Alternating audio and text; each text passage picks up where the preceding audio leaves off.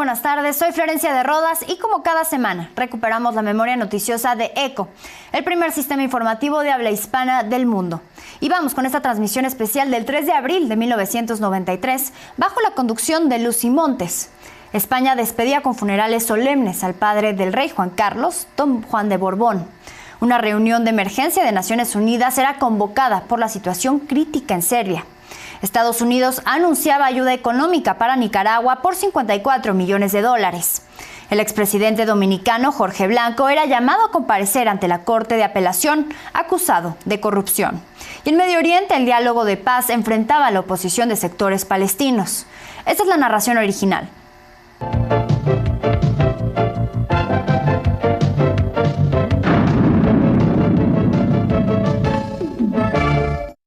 Gracias de nuevo por estar con nosotros y comenzamos con información sobre la cumbre ruso-estadounidense.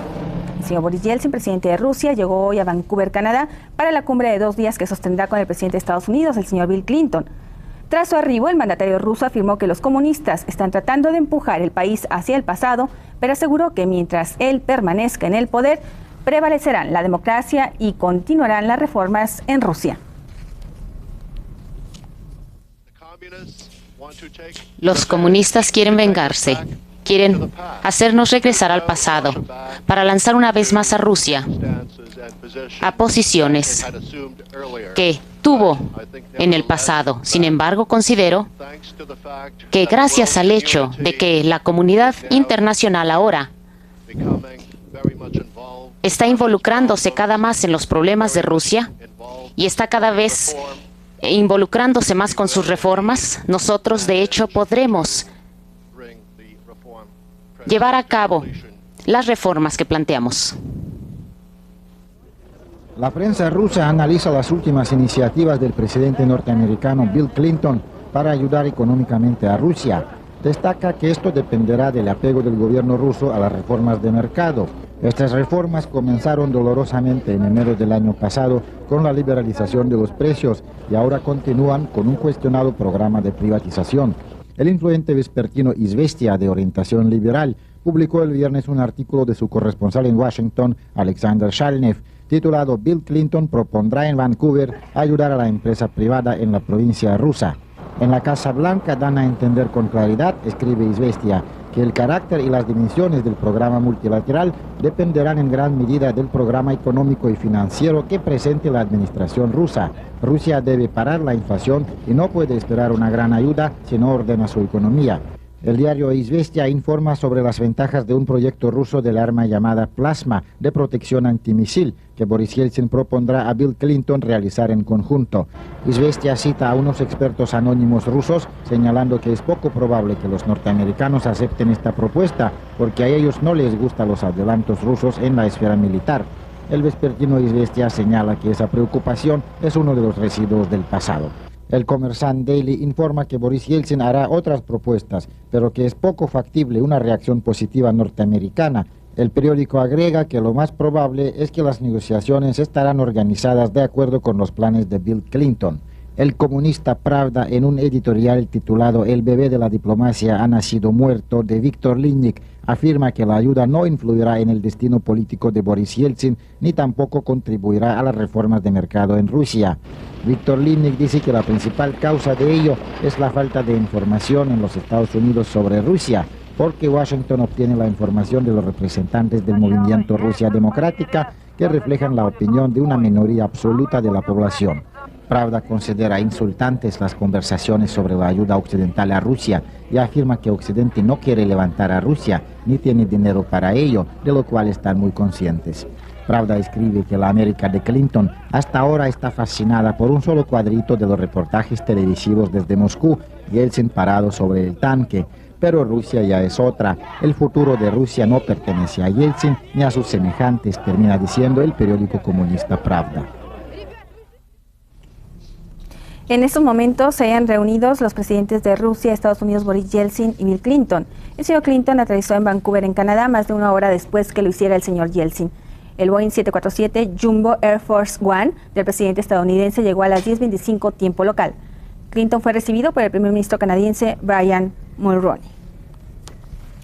Y pasando a otros asuntos, La familia real española y las altas autoridades del Estado español asistieron este sábado a una misa de cuerpo presente en honor a don Juan de Borbón, el conde de Barcelona. Pero antes le informaré que el Consejo de Seguridad de Naciones Unidas decidió hoy celebrar una reunión de emergencia para analizar la situación que vive en la ciudad de Srebrenica, en Bosnia Oriental.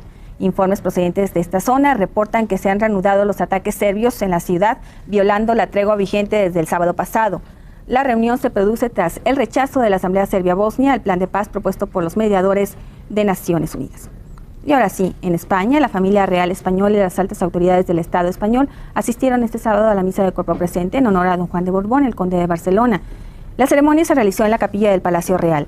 Posteriormente, el cuerpo fue trasladado al Panteón de los Reyes en un monasterio de San Lorenzo de El Escorial. Los reyes han llorado cuando se despidieron al mediodía de don Juan de Borbón, conde de Barcelona, en la antesala del Panteón de los Reyes en el monasterio de San Lorenzo del Escorial. Los restos mortales venían del Palacio Real, donde previamente había recibido todos los honores de un rey. En el Escorial le esperaban miles de personas que vitoreaban vivas a los reyes y a España. Primero llegó la reina con la viuda de don Juan, doña María de las Mercedes, también acompañadas las dos por casi toda la familia, excepto el rey y el príncipe, que llegaron minutos después con el féretro de don Juan.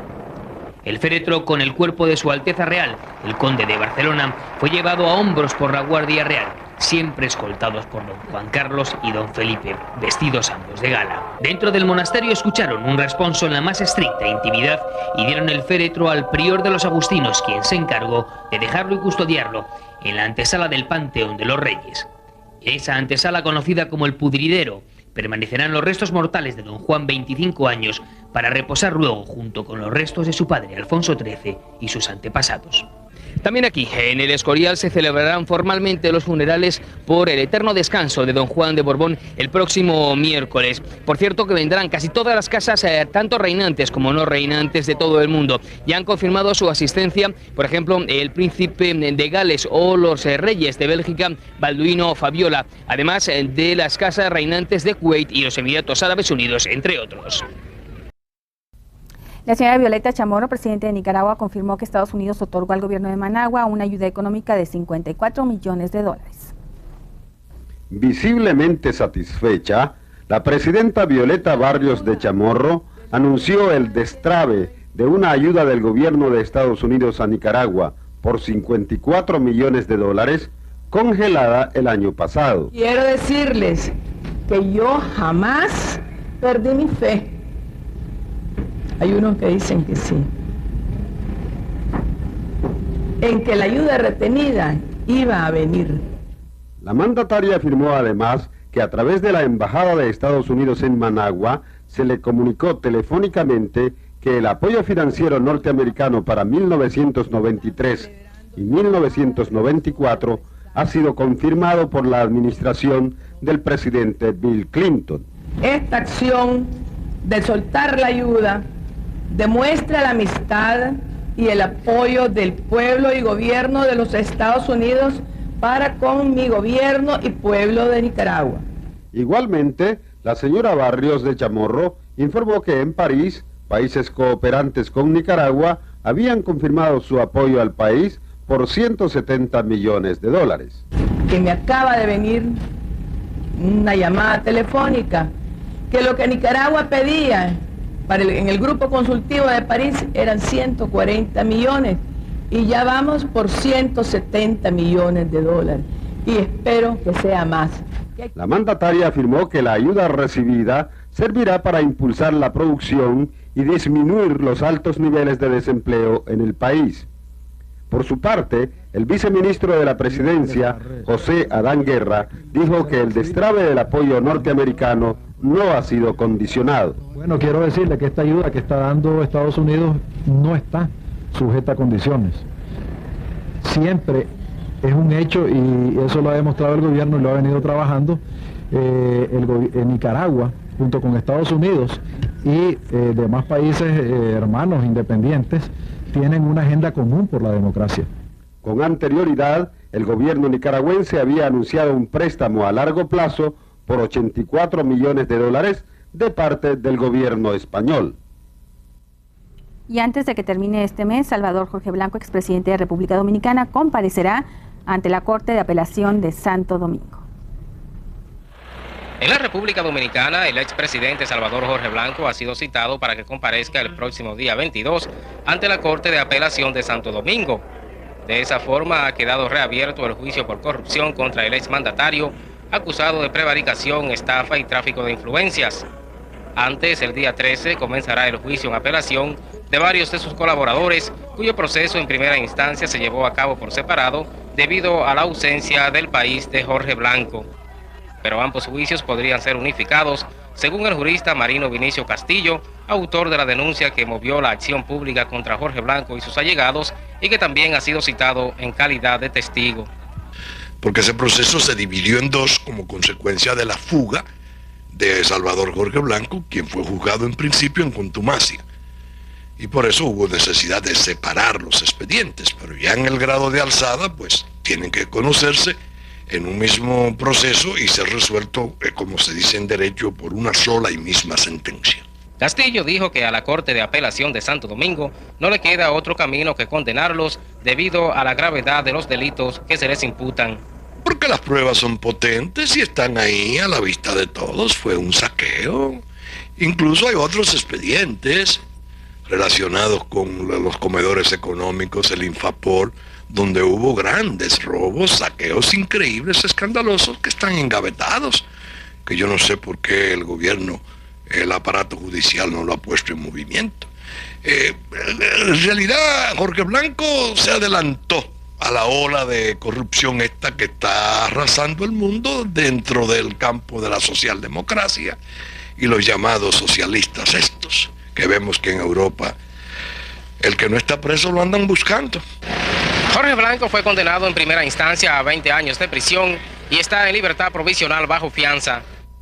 Y de América Latina nos pasamos a Medio Oriente. En el sur del Líbano, los palestinos deportados por Israel expresaron su confianza en que las partes árabes no reanudarán el diálogo de paz para Medio Oriente. Si el problema de los deportados no es resuelto, las negociaciones serán postergadas, dijo hoy el vocero palestino Abdelaziz Rantiz en el campamento de los deportados. El portavoz hizo un llamado al comando de la Organización para la Liberación de Palestina, la OLP, reunido hoy en Túnez para que sabotee las negociaciones de paz con Israel, cuyo inicio está programado para el próximo 20 de abril en la ciudad de Washington, en los Estados Unidos. Y en el Líbano, 2 guerrilleros muertos fue el saldo que dejó un enfrentamiento entre el ejército israelí y combatientes del grupo pro-iraní Hezbollah o Partido de Dios. El combate tuvo lugar en la región occidental de la zona de seguridad establecida por Israel en el sur libanés. Los guerrilleros atacaron unas bases israelíes con armas automáticas y cohetes antitanques. En Argelia, un comando de la policía de ese país puso fin a un secuestro que se había prolongado por varios días en el interior de un banco. Los terroristas mantenían en calidad de rehenes a 12 personas. Ninguna de ellas resultó lastimada. El comando policial eliminó a los 5 terroristas, informó un comunicado oficial del gobierno de Argelia. Y en Sudáfrica, según observadores, las conclusiones a las que han llegado las 26 delegaciones que participan en las conversaciones multipartidistas confirman el cambio de rumbo de ese país. Tras las próximas elecciones multirraciales, el Partido Nacional, actualmente en el poder, tendrá que compartirlo con políticos negros. Los comicios están previstos para realizarse en el primer trimestre de 1994. Los participantes han coincidido en que la violencia política es el principal factor que obstaculiza el avance del proceso democrático en Sudáfrica. En los últimos 3 años, por lo menos 8.000 personas han muerto en ese país a consecuencia de la violencia político-racial. Bueno, y como le hemos venido informando a lo largo de los noticieros de ECO, el señor Bill Clinton, el presidente de los Estados Unidos, se encuentra en Vancouver, en Canadá, lo mismo que el señor Boris Yeltsin, el presidente ruso. Ambos se reunirán mañana domingo y Rusia tiene grandes esperanzas en esta cumbre ruso-estadounidense para que le ayude a salir adelante en el proceso de reformas que ha emprendido el señor Yeltsin rumbo a una economía de mercado y un orden constitucional y democrático en la Federación Rusa.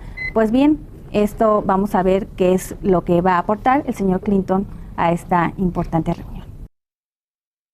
Semana de triunfos y fracasos. Así puede caracterizarse esta etapa de la vida de Bill Clinton como presidente.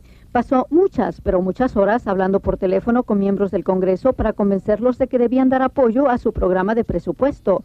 Tuvo pocas actividades públicas diariamente porque necesitaba el tiempo para preparar su viaje a Vancouver con el presidente Boris Yeltsin y tenía que contrarrestar la acción de los republicanos que se oponían a su presupuesto.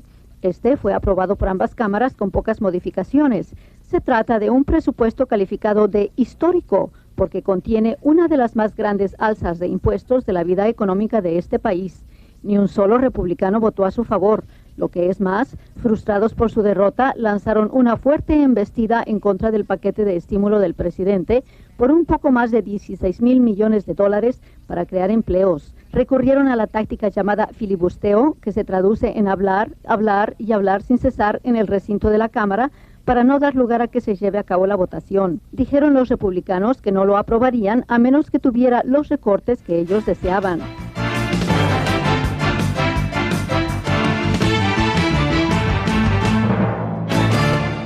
Este es el documento histórico de ECO.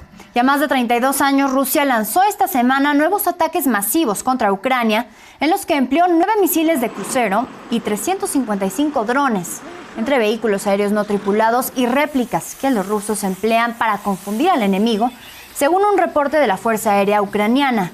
9 misiles pudieron ser derribados antes de alcanzar sus objetivos. Kiev reportó que neutralizó 288 drones rusos, pero 18 edificios residenciales sí resultaron con daños. Y después de los intensos bombardeos rusos contra Ucrania esta semana, el presidente de Estados Unidos, Donald Trump, criticó a Vladimir Putin en redes sociales. Señaló que el mandatario ruso se ha vuelto completamente loco y está matando a mucha gente esta intensa ofensiva rusa que en solo 3 días disparó más de 900 drones contra Ucrania. Vamos con el reporte de Manuel Rosales.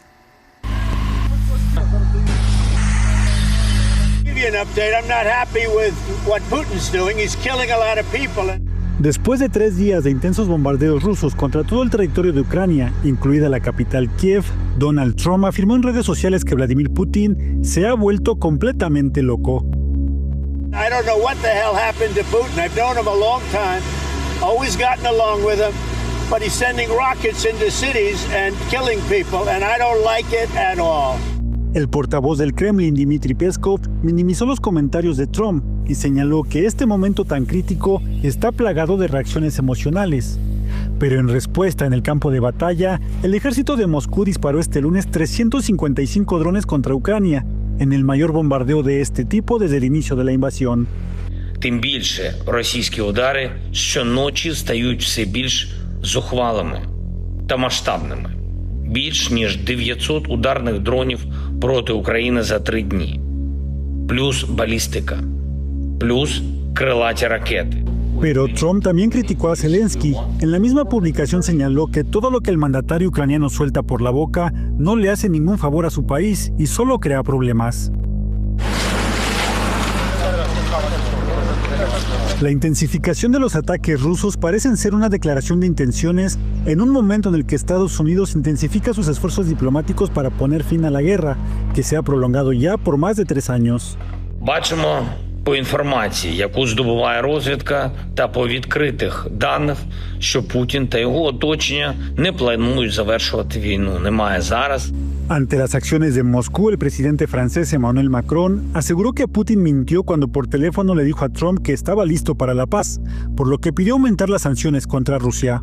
Por su parte, este lunes, Países Bajos concluyó la entrega de 24 aviones de combate F-16 a Ucrania, un proceso que comenzó en octubre e incluyó la capacitación de los pilotos.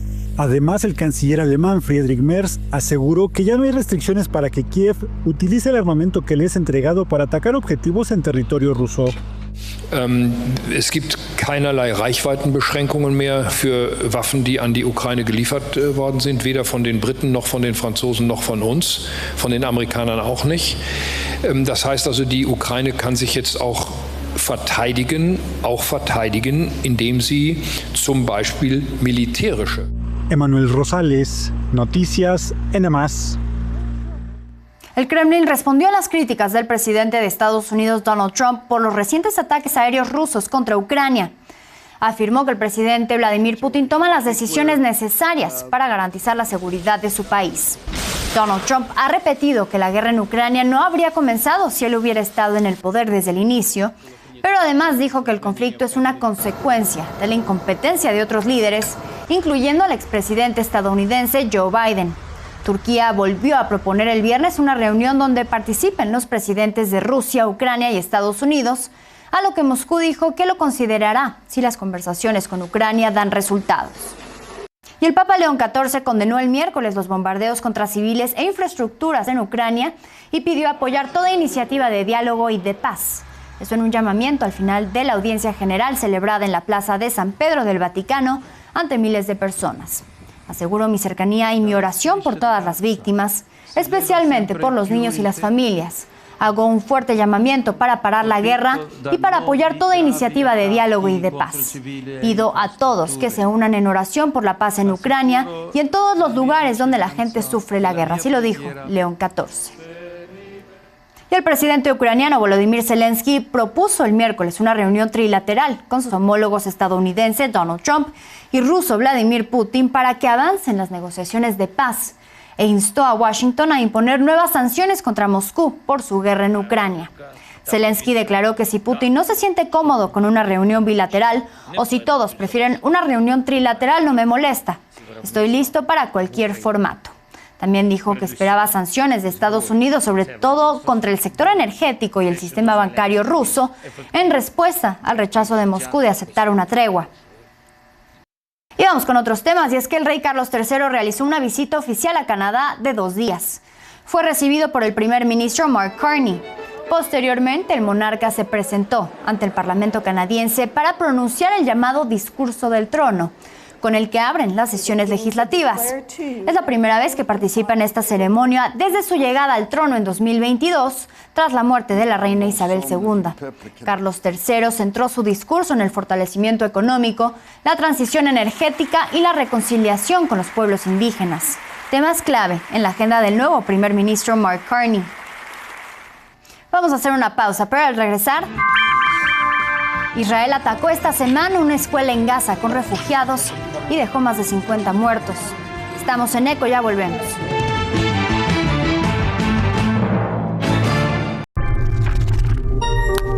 Estamos de regreso y ya se lo adelantaba, al menos 52 personas murieron el lunes por los bombardeos israelíes.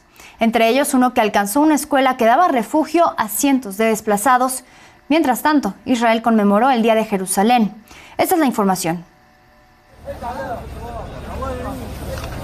قوات الاحتلال الإسرائيلي هذه الليلة ارتكبت مجزرة وإبادة جماعية بحق النائمين الأطفال والنساء في داخل هذه المدرسة يعني مناظر الأطفال كما تحدثت. En medio de la intensa ofensiva de Israel, de nueva cuenta, una escuela fue alcanzada por un ataque que provocó decenas de muertos y la condena de la comunidad internacional. Al menos 35 personas, entre ellas varios niños, murieron en el bombardeo contra esta escuela que daba albergue a cientos de desplazados. Además, las autoridades palestinas reportaron ataques contra una guardería en el campamento de refugiados de Mawasi y otro contra una casa en Jabalia, donde murieron 15 personas. يعني نايمين بفراشنا وخيمتنا البسيطة هذه صار قصف انقصفت المدرسة علينا مدرسة فقط تأوي النازحين مدنيين أطفال كبار سن نساء رجال يعني بس تعبانين لقمة الأكل والشرب. Una vez más, las fuerzas de defensa de Israel indicaron que el ataque tenía como objetivo un centro de control y comando de Hamas y aseguraron haber tomado medidas para reducir las víctimas civiles. Sin embargo, desde que Israel intensificó su ofensiva en el marco de la operación Carros de Gedeón, con la que busca tomar el control de la Franja de Gaza, estas imágenes con edificios reducidos a escombros y decenas de cuerpos envueltos en mantas esperando ser sepultados se repiten prácticamente a diario. في أمان الله كلنا أطفال ونساء ما فيش ولا واحد عندنا شاب في نص الصف. أختي هذه هذا ابن أختي هذه استشهد جوزها في 2014 وربت أيتام. الله أعطاها هذا الولد على 4 بنات. صحينا من النوم صحيوا لقوا الدنيا كلها مولعة. Horas más tarde, el ejército israelí ordenó evacuar prácticamente todo el sur de la Franja de Gaza para lanzar lo que calificó como una operación sin precedentes para acabar con los restos de Hamas, algo en lo que insistió el primer ministro Benjamín Netanyahu. נכריע את מבקשי נפשנו, נשיב את כל חטופינו, נוודא שעזה לא תהווה איום על ישראל. המשימה הזאת, כולל המשימה של השבת חטופינו, היא מלווה אותנו יום-יום, היא מעסיקה אותנו לילה-לילה. Los bombardeos de Israel y la entrada a cuentagotas de la ayuda humanitaria agudizan la crisis en el territorio palestino. La Organización Mundial de la Salud advirtió que casi la mitad de los medicamentos básicos, incluidos los analgésicos, están agotados. Emanuel Rosales, Noticias NM+. El ejército israelí emitió una nueva orden de evacuación forzosa para todo el sur de Gaza antes de perpetrar un ataque sin precedentes, así lo dijeron. En redes sociales, el portavoz militar dijo que el ejército va a lanzar un ataque sin precedentes para derrotar a las organizaciones terroristas. Poco después, el ministro de Finanzas israelí anunció la creación de 22 nuevas colonias judías en Cisjordania ocupada. Hamás respondió al anuncio y dijo que es un desafío flagrante a la voluntad internacional y una grave violación del derecho internacional y de las resoluciones de Naciones Unidas. Cientos de palestinos irrumpieron el miércoles en un almacén de alimentos de Naciones Unidas en Gaza, tratando de conseguir algo de comer, gritando y empujándose unos a otros e incluso arrancando parte de la instalación para poder entrar. 4 personas murieron en el caos, según informaron funcionarios médicos. Las muertes ocurrieron un día después de que hubo disparos contra una multitud que invadía un nuevo sitio de distribución de ayuda en la Franja de Gaza, que dejó al menos un palestino muerto y 48 heridos. Así lo dijo el Ministerio de Salud de Gaza. El ejército de Israel admitió que lanzó disparos de advertencia en la zona fuera del complejo para dispersar a las multitudes. Y Hamás aseguró el viernes que la última propuesta estadounidense de alto al fuego en Gaza, que cuenta con el beneplácito israelí, no satisface ninguna de las demandas justas y legítimas del pueblo palestino. Bassem Naim, miembro del Buró Político de Hamás, dijo que su análisis revela que Israel busca consolidar la ocupación y perpetrar políticas de matanza y hambruna, incluso durante lo que se supone es un periodo de desescalada temporal. Añadió que esta propuesta no satisface ninguna de las justas y legítimas demandas de nuestro pueblo, entre ellas el cese inmediato de las hostilidades y el fin de la catástrofe humanitaria. Y antes de despedirnos, 11 pingüinos de Magallanes regresaron al mar en Argentina. Se trata de 7 jóvenes y 4 adultos. Ellos fueron encontrados en mala condición física, desnutridos, deshidratados y con hipotermia. Se les sometió a un tratamiento que pasó por varias etapas y finalmente se decidió que regresaran al mar y lo hicieron rodeados de personas que acudieron a despedirlos. Su liberación ocurrió en la playa de San Clemente del Tuyú en Buenos Aires y sin duda fue un momento muy emotivo.